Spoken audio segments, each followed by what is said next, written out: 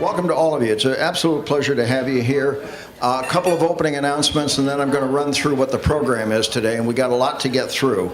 First off, while he's in the door, you see Michael Connolly behind you? Michael is the face, the friendly smile that you encounter every time you come to one of these lunches. He's the one that handles the registration. He helps me with the name tags, and he's been involved in this since the very beginning, literally since the beginning. Michael spent most of the last month and a half in Arizona, where he received a transplanted kidney. At the Mayo facility in Phoenix, absolutely marvelous facility. I flew down to see Michael at the end of December. He had the operation December 10th, 9th. And he's doing very, very, very well. And he doesn't want to speak, but I just want to give him a round of applause.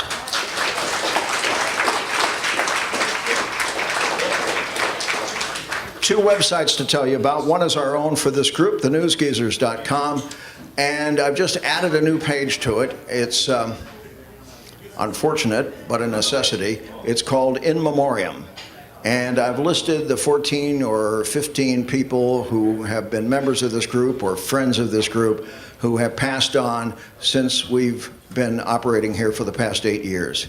So if you go to the front page of newsgeezers.com, you will see a tab called In Memoriam. Please have a look.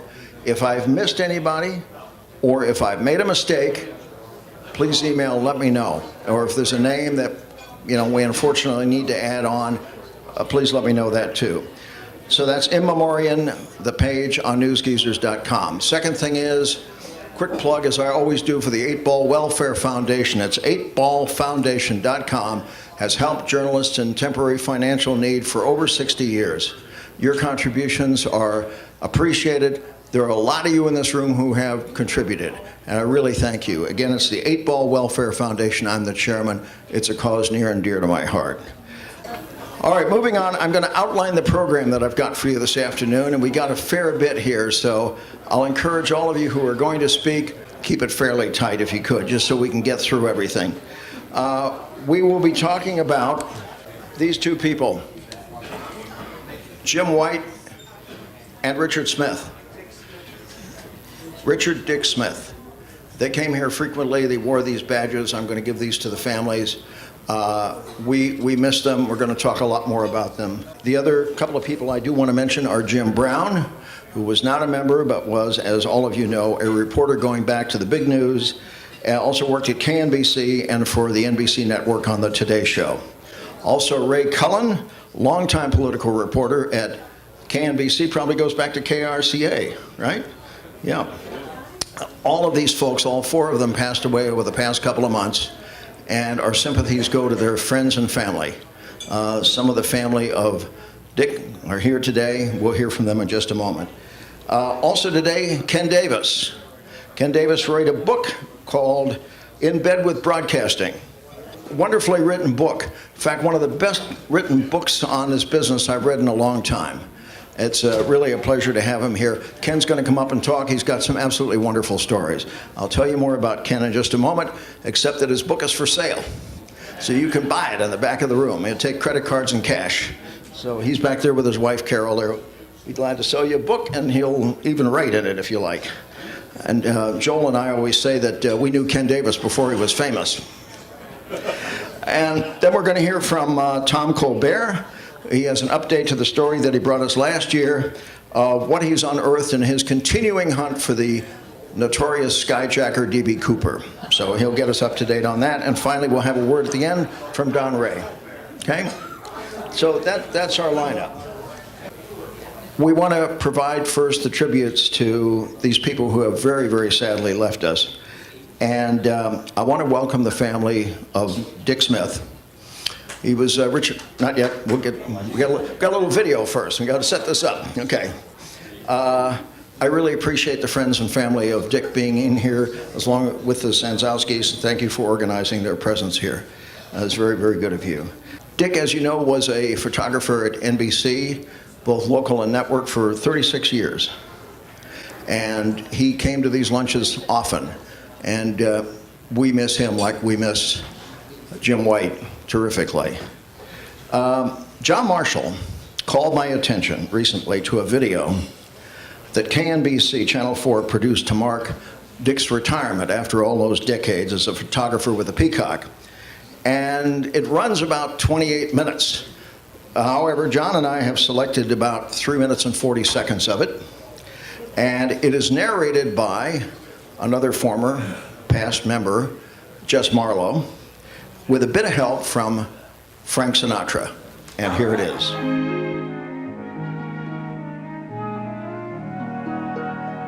Fairy tales can come true. It can happen to you if you're young at heart.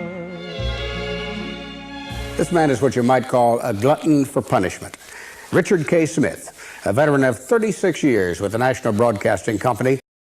It all began in Redlands, California, the small town to end all small towns, a place Pete Noyes says was so conservative they dealt with their welfare problem by shooting poor people.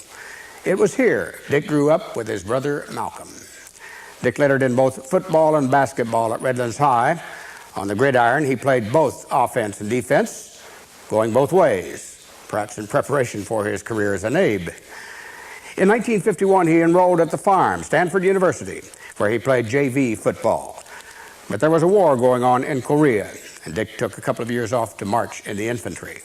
Then back to the Farm and graduation in 1958, followed by a move right into the mainstream of Los Angeles television, KRCA as it was known then, at the corner of Sunset and Vine. Dick began as an apprentice to two of broadcasting's legendary cameramen, Dexter Alley and Gene Barnes. And the lessons they taught served Dick well. A year later, the beginning of another long and fruitful relationship. Dick married Ann, this after they'd met at a barbecue in South Pasadena. That union produced 4 children, Bill, a lawyer, Deborah, a business executive, and Mike and Dave, both teachers. Dick's career took off from those tranquil early days with Jack Latham to the scourging street wars that have turned Los Angeles upside down.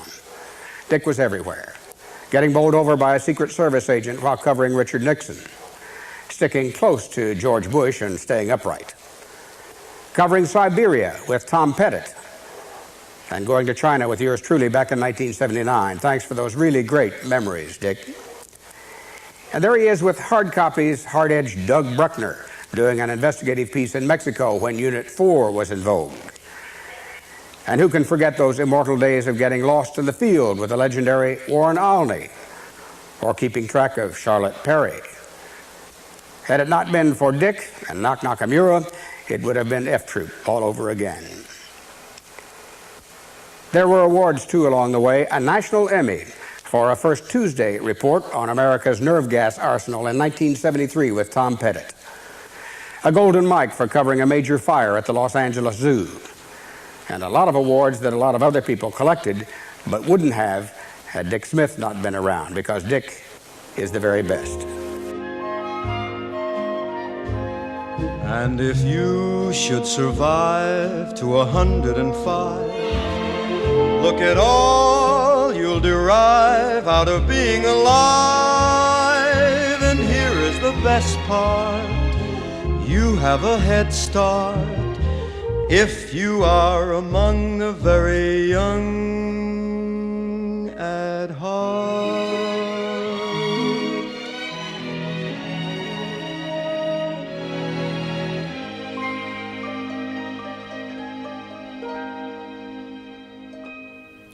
Now, when I heard the news about Dick Smith last month, my heart sank. This one was different. It was as if someone had kicked me in the gut. It hit me hard because Dick was like no one else I have ever known. He was a rare combination of wonderful things. There was his work as a cameraman, a true photojournalist long before that recent job title was invented. He was an educated, knowledgeable Stanford journalism grad who could talk to anybody about any subject, and he would do it with humor and humility. He was a true gentleman, always respectful and respected for being so. So when it was time to get a difficult shot or to film or videotape a difficult and complex story, despite being the gentleman he was, there was no one like Dick in getting the story. In my 20 years working with him in the KNBC newsroom, we found ourselves together in some of the most unbelievable situations. Many of you here were working for Channel 7 or Channel 2 or The Times, like Henry Mendoza, and we all shared these experiences. Back in my working days, I used to say to people that the reporter is the least required member of the news gathering team. The sound man was the second least. But if you don't have the video, you don't have a story. And using his camera, Dick was a storyteller like few others. By the way, I happen to have an email list. Some of you are on it. A list of old NBC friends. And I did send out word about Dick's passing when I heard the news. And many reacted by a return email to the news, and here are just a few who took the time to respond to me. There was Tom Capra. So sorry to hear it, he was a good guy. Doug Bruckner, you probably remember we worked a lot together on the Unit 4 material, a great cameraman and a great guy. Kelly Lang, he seemed forever young. She's an expert on that subject.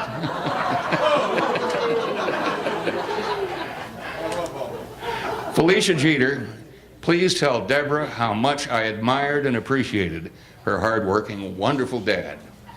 Stan Atkinson, remember that name? I remember the pleasure, he said. The pleasure it was riding with and working with and gulping burgers at that dive by Griffith Park with Dick Smith. A very cool guy and a super shooter for the family, said Stan. So sorry for your loss. That was Don's place. Many of you will remember. There was Steve Schoenberg's reaction. Great cameraman, great guy. There's a pattern here. Warren Cheragino, he was everything you say and more. He was a fine guy. Stan Kawakami, they don't make them like that anymore. Stan was right. There was only one Dick Smith. There's one more email, by the way, I'd like to read to you, to share with you. Last week, I happened to come across the email address of an old friend of ours who worked at KNBC but has been out of town for quite a while. He spent a lot of time working with both Dick Smith and Jim Brown, and I figured he may not have heard about their passing. So I emailed this fella to let him know, and here is his response about both of these gentlemen, about both Dick and Jim. He said, "How thoughtful of you to get in touch with me. Jim and Dick were best of class, journalists with strong commitments to their calling and wonderful companions. Both men brought to their assignments a commitment to journalism as a public service, not as a platform for personal glory. Dick not only provided the visuals, he had a strong sense of the core values of the story. He was a full partner in every sense of the phrase. Jim was much more than a fan of films. He was a curator of America's original contribution to the popular arts. commenting on the enduring values of pictures as old-time stars used to call their movies. Most of all, Jim and Dick had strong personal values. I was proud to be their friend.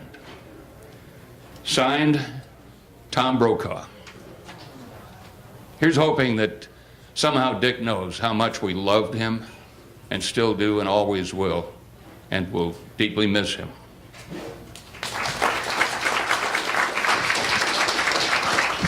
Boy, that's a tough act to follow. I want to thank you, Bob, for having these get-togethers. I know they were very important to my dad. He really enjoyed them. And it was a big part of his life after he retired. It meant a lot to him after 36 years at NBC to be able to get together with his second family. So thank you for that. It was tough for him to let go after 36 years at NBC, although not entirely. I remember him saying to me he was ready for retirement, and it was during the Zsa Zsa Gabor trial. Anybody remember that? He really grumbled about having to be in that Beverly Hills courthouse day after day, covering news about slapping a cop. So needless to say, that was not his favorite assignment. And when I heard about Tom Brokaw's email mentioning Dad's strong personal values, I thought the sentiment really captured my dad. One value he held dear for his kids was education, especially because his Stanford degree drastically changed his life for the better. And when the time, you may not know this, but everyone in this room is responsible for my college education. No, I'm not kidding. When the time came, my dad submitted my name to the NABIT scholarship program, and I actually was awarded a scholarship through NABIT. So thank you. I went through Cal State Northridge on that scholarship, so thank you all very much.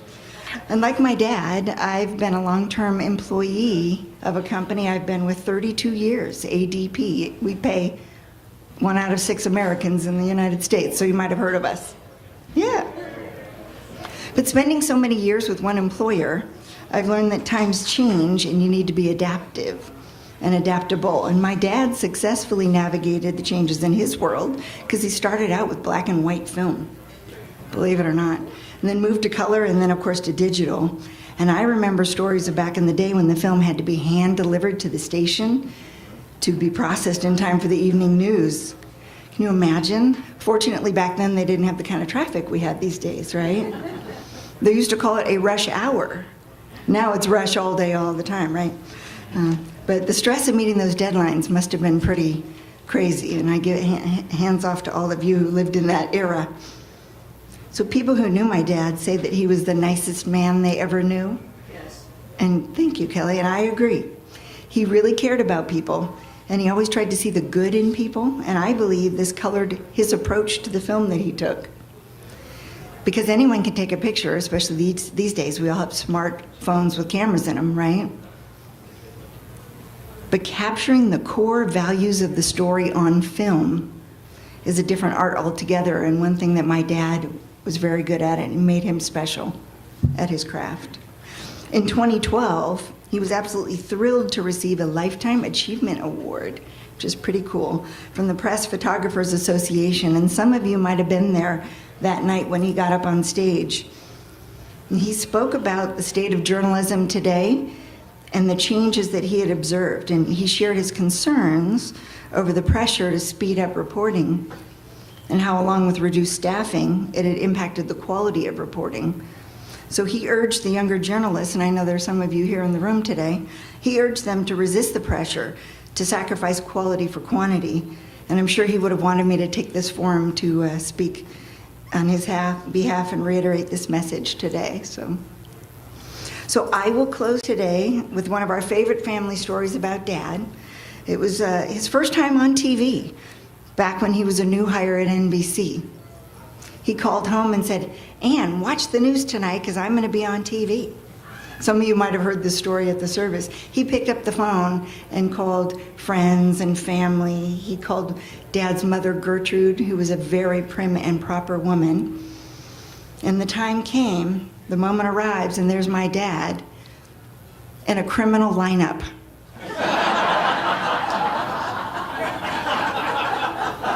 They needed a stand-in, and he volunteered. So he had quite a sense of humor. He was pranking my mother, but the joke was on him when everyone he knew saw it. So we love that story. If you haven't seen the full retirement video, it is out on YouTube, so you can go and Google, or search for Dick Smith historical retirement video and see the story. So thank you. Kelly, can I ask you to say a couple words? Hi, everybody. I'm in tears now. I don't know about you guys. I really, truly adored this man. One of the things that I remember so much is that Dick and Fumio Nakamura and I used to do a lot of Unit 4, right? And we always would get there, and I would introduce myself to whoever was in charge. I'd say, hello, I'm Kelly Lang, and this is my cameraman, Dick Smith, and this is our sound man and my illegitimate son, Fumio Nakamura. And Nak would laugh his ass off. But Dick and I would keep a perfectly straight face. And the people didn't know whether to believe it or not. They'd just say, how do you do? Poor Nak, you know. But he was always up for the game and always up for life and always up for the story, God knows. And always, I never ate breakfast, but he and Nak always went out to breakfast every morning before we went. But Dick would always bring me back my non-fat milk to take with my vitamins, you know. And all I can say is I just adored him. Oh, and by the way, at my house, in my office, I don't have pictures of the presidents I interviewed or this one or that one of the movie stars or Frank Sinatra, none of that. But I do have a huge picture of Dick Smith and Vinnie Brosnan and myself on the wall, on my wall. And I see him every day, and I love him. And Dick, I know you can hear me. Love you, baby. Thank you.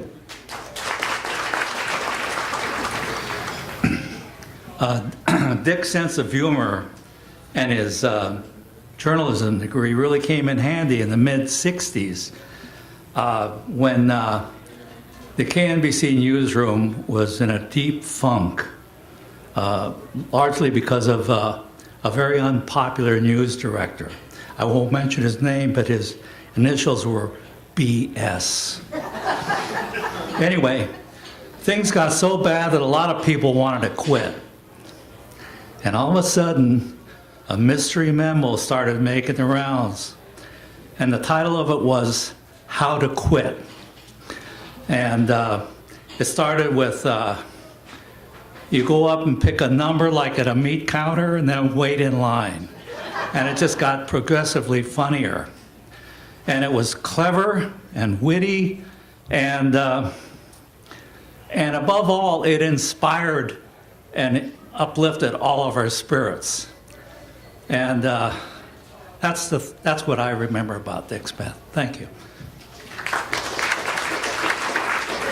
When I first started working for NBC, the very first day that I walked into the bureau, there was this fellow there reading the New York Times.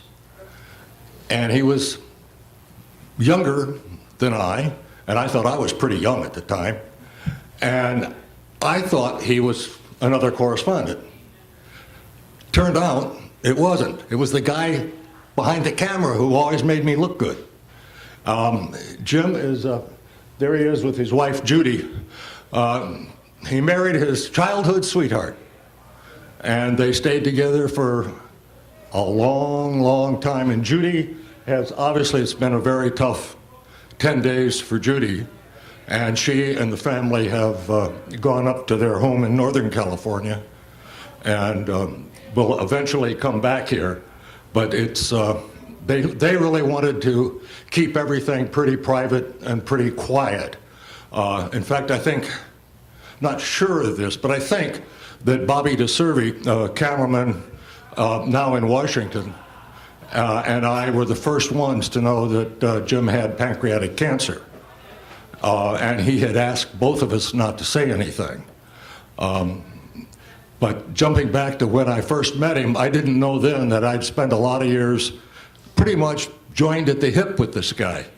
And it was one of the best experiences I ever had. And the memories are just enormous. Jim had this great smile, and he was enormously likable. But you shouldn't let that, or it was a mistake to assume that he wasn't a pretty tough cookie when he needed to be. One time we were sent to Las Vegas to cover the Teamsters Union convention. Now, as we all know, the Teamsters have never been big fans of the press. I think that's putting it mildly. So we're down front, and Jim decides that he needs to get a side shot to go with what we already had. So he gets up on the stage. Now, all during this time, there was this big burly fella who kept bumping into Jim. Every time he'd lock down and get set for a shot, this burly guy would come along and, "Oh, excuse me." And I'm sure some of you have had similar experiences. But then Jim gets up on the stage, and not to obstruct anything, he's off here on the wings, and he's set to get this side shot. And the burly guy shows up and bumps him again. And Jim says, "Hey, look at that," and he points up at the ceiling. The guy looks up, and Jim, camera and all, swings over like he's going to get the shot. Except what he got was the burly guy, hard. And the guy went kaboom. And I said to Jim as he came off the stage, I said, "You know, maybe we should head for the airport." I wish I could go on for like an hour or so because there are so many Jim White stories. And he was a favorite. How this ever happened, I'll never quite figure out. But he was a favorite of the Reagans. He was with the Reagan campaign, he and I both, from the day that Reagan announced for the presidency. And every step of the way, there was Jim. And Nancy Reagan particularly liked Jim. And he got, if he needed a shot, if we needed an interview, whatever we needed, if it was Jim White shooting, we got it. There was never an argument, a discussion, it was known. Jim was the guy to get the first shot, the first anything. And he did it so well. He was, again, mention Lou, who knows this, he was an editor's dream. Jim could edit in the camera as well as anybody I ever met. And they used to joke that when Jim brought footage back to be cut, you didn't have much to do. You put it up, play it back, and say, "I don't know, where am I going to cut this?" So it was in his head all the time. Every time he shot, it was just like he was editing the story as the film, tape, what have you, was rolling. It was, from working with him for me was an education every day. He was a tremendous partner on the road, a very, very nice guy, and I miss him very, very much.